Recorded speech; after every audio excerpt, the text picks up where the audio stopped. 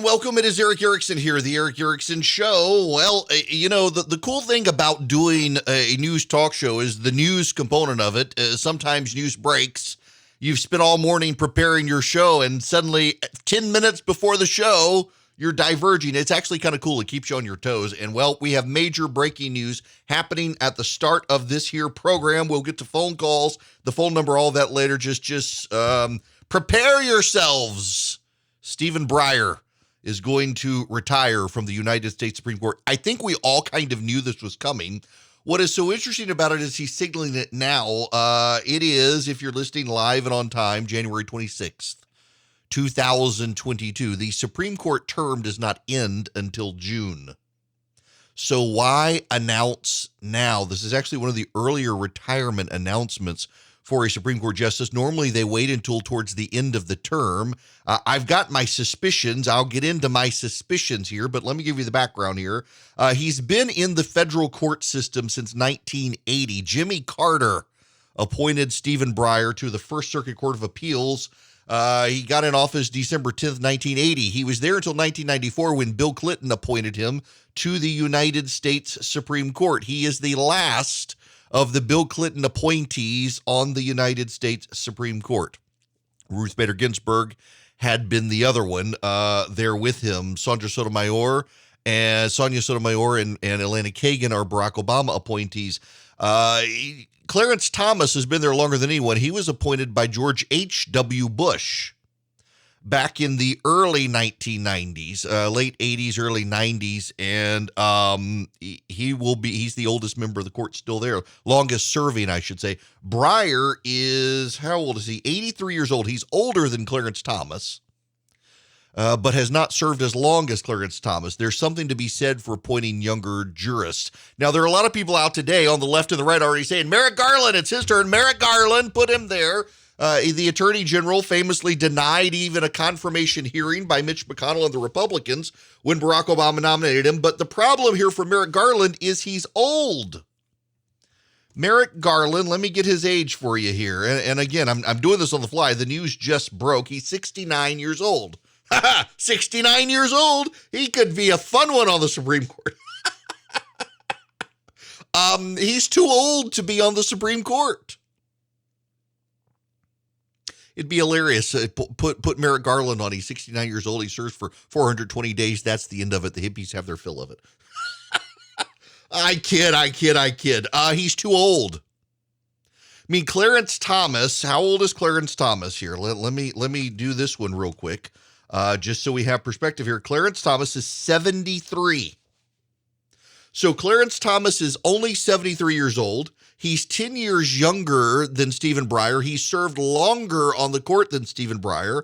As much as, yes, there would be some fitting poetic justice and irony for the left if you nominated Merrick Garland. He's 69 years old. You want to appoint someone who's going to be there a long time. That's one of the smart things that the right convinced Donald Trump to do, is put young jurists on. Amy Coney Barrett is 49 years old. Brett Kavanaugh is 56 years old. Neil Gorsuch is 54 years old. How old is John Roberts now that I've done all this? John Roberts is 66 years old. You don't want to put a 69-year-old, or you don't want to put a 60-year-old on. You want to find someone in their 40s, if you can, or early 50s, to get on the Supreme Court. Now, the reason you want to do this is because they can serve a very long time and build a jurisprudential body of work. And Stephen Breyer, to his credit, has. And this gets to, why is he leaving? Stephen Breyer, even though he is one of the progressives on the Supreme Court, one of the liberals on the Supreme Court, has actually been very, very influential in shaping the Supreme Court. He's been very influential in shaping a particular aspect of the Supreme Court, and that is corporate law. You see, Stephen Breyer, before he became a judge appointed by Jimmy Carter to the First Circuit, Stephen Breyer was an assistant U.S. attorney in charge of the antitrust division. So Breyer has actually been monumental in taking cases at the Supreme Court that are corporate focused on copyright, on patent, on trade and antitrust, areas of the law that are very complex, even for judges and lawyers. So, for example, I was a corporate lawyer. I was a business lawyer, but there were aspects of business law that I was completely out of my league on. I did eminent domain. I did transactional work. I did bond work and did corporations. I did bonds in lieu of property abatement taxes, things like that. But antitrust law, out of my wheelhouse. It is a complicated subject. I have a friend of mine in New York who works for a major law firm up there that does corporate law. He is an expert on a single section of the United States Code. That's right, a single section of the United States Code. The United States Code is over 50 bound volumes of 50 titles of various laws, and he is an expert on maybe 500 words of the entire multi-100,000 word federal code. And he makes really good money at it because that area of law can be so nuanced. Stephen Breyer has that level of expertise in that. And you will note, by the way, Stephen Breyer, if you look at his legacy on the Supreme Court, has actually written some major decisions that were not the standard 5-4 split. They were oftentimes either unanimous, 8-1 or 7-2 decisions when it comes to corporate law. Very famously, he decided the Google versus Oracle case over Google copying 11,500 lines of Java code, and he decided that it was fair use. And it was only 38 pages long, the opinion. And Breyer actually, it was essentially a very good case because what he argued in the Google versus Oracle case, and a lot of conservatives hate the case because they were on Oracle's payroll, if we're honest about it. Oracle hired a lot of conservatives and a lot of conservative outside agitating groups to advocate on Oracle's behalf against Google. But essentially, Breyer got the case right, I think. And what he essentially said is that new programmers learn by learning old code, on learning off of old code. And essentially, Google copied 11,500 lines of Java code. Java is a programming language that a lot of computers have used in the past. It amounted to 0.4% of Java code. That would be fair use because, and I quote, 3 of these packets were fundamental to being able to use the Java language at all. By using the same declaring code for those packages, programmers using the Android platform can rely on the method calls that they're already familiar with to call up particular tasks, but Google's own implementing programs carry out those tasks. Without that copying, programmers would need to learn an entirely new system to call up the same task. Now, that's gobbledygook for a lot of you, but essentially what he's saying is that it would make it way more expensive for the public had Google had to go out and reinvent all of this stuff on its own and train up new programmers in ways that programmers had never been taught before because of Java.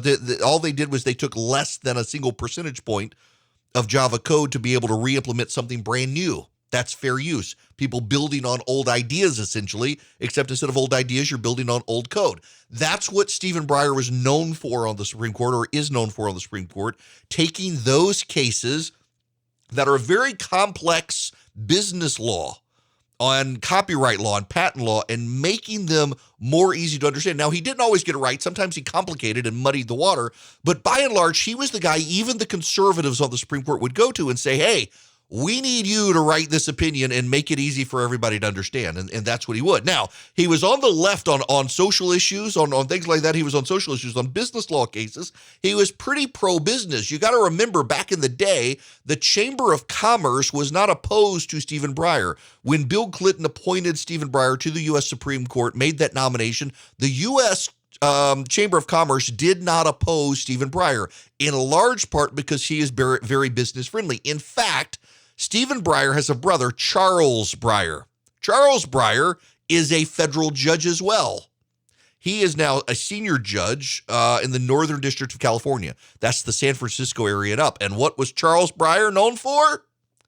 Business law. Runs in the family, I guess. He also, by the way, authored the 7-2 majority in 2000, Friends of Earth versus Laidlaw Environmental Services, that people who use the North Tiger River for recreational purposes had standing to sue industrial polluters, even though they didn't use the river because of pollution. There are some famous cases that he's been involved with, even in major cases. However, he's more known for his dissents. He is known for his dissents against the conservatives. For example, he dissented in a lot of the voting rights cases. He did, however, write the majority for the Alabama Legislative Black Caucus versus Alabama that ruled racial gerrymandering has to be looked at case by case.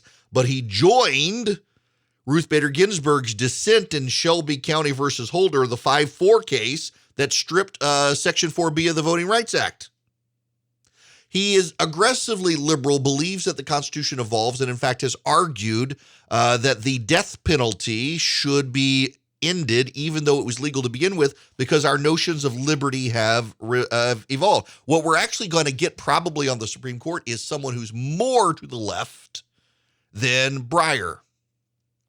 Breyer, by the way, replaced Harry Blackmun on the Supreme Court. Blackmun, one of the famous players in the Roe v. Wade decision. And that, I think, is probably why he's retiring.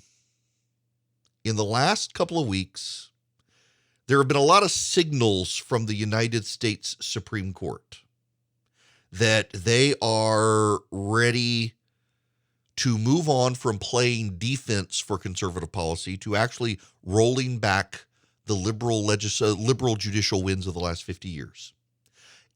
A lot of people say, oh, well, the conservatives are getting aggressive. The conservatives are going to be the proactive ones. Conservatives are going to court to get wins in the court. Well, yes, but you have to understand it in proper context. That's like saying Mitch McConnell got rid of the filibuster for judicial nominees when actually it was Harry Reid who did it. McConnell just finished it. Over the last 50 years, progressives have not been able to make a lot of headway in the democratic institutions of government in order to get their way on policy. From gay marriage to abortion, you name it, all of their wins have largely come from the court system, not from the legislature and not from the executive, because they're not overwhelmingly popular with a lot of people. So they've had to go through the court system. But over the last 50 years, conservatives have pushed back and waged a very aggressive campaign to install and appoint, nominate, approve conservatives to the courts. And it came to a head during the Trump administration, where the Trump administration largely filled up the circuit courts, those are the appellate courts of the United States, with a bunch of conservatives, shifting, in fact, 3 of the circuit courts to the right. The 5th Circuit, the 11th Circuit, and one other, and came to parity at the 9th Circuit, the most liberal circuit in the country. Cases go to a federal district judge and they are appealed to circuit judges. And the circuit judges cover multiple states, and then those go to the Supreme Court. And generally, those circuit judges or circuit courts operate as mini Supreme Courts. What they say applies to their area of states. And the only time cases go to the Supreme Court is when there's a wild deviation from existing law or 2 circuits disagree with each other. Those have to go to the Supreme Court because otherwise one part of the country would be under one law and another part of the country would be under another. So the Supreme Court has to reconcile them. That was, for example, the mask mandate issue had to be resolved, because the 5th Circuit and the 6th Circuit came to different decisions on whether the mask mandate was constitutional. It all had to go to the Supreme Court for resolution, and the 5th Circuit won. The conservatives won. There's a tendency now for conservatives to be able to go to the courts and roll back all the gains that liberals got. And a big one may very well be coming, Roe v. Wade. Stephen Breyer was always going to retire this year. He had to retire. He's 83 years old. They saw what happened to Ruth Bader Ginsburg. He sees the political landscape. He wants to make sure he retires while the Democrats still control the Senate. I was actually going to start the show with some stories that highlight the Democrats think they're going to lose the Senate now. Stephen Breyer thinks the Democrats are going to lose the Senate now. He wants to get out there and get someone nominated quickly. He's probably not going to retire until June, but this now gives the president a lot of time to find a young jurist to take his spot on the Supreme Court and get through a Democrat-controlled Senate. Well, Democrat in air quotes, it's 50-50. They're going to have to get Manchin and Sinema, which means he's not going to be able to go too far left. Manchin won't let him. You're going to have a pro-business Stephen Breyer type to get on the court. But why do it now? Why do it now? He didn't have to do it now. I mean, they're already mapping out who could replace him. They already expected him to retire. My guess is that the press reports are right. The Supremes have decided 6-3 They're going to go to the right now. Stephen Breyer has no more influence to persuade a majority to come his way in anything, particularly in the Dobbs case that would get rid of Roe v. Wade. I read his willingness to announce now in January, as opposed to waiting until April or May, as he's throwing his hands up. He knows the game is up. He knows he's no more persuasive to those 6 justices, particularly the 5 justices, and probably they've decided Roe is going to go away, and so now might as well be gone from the Supreme Court.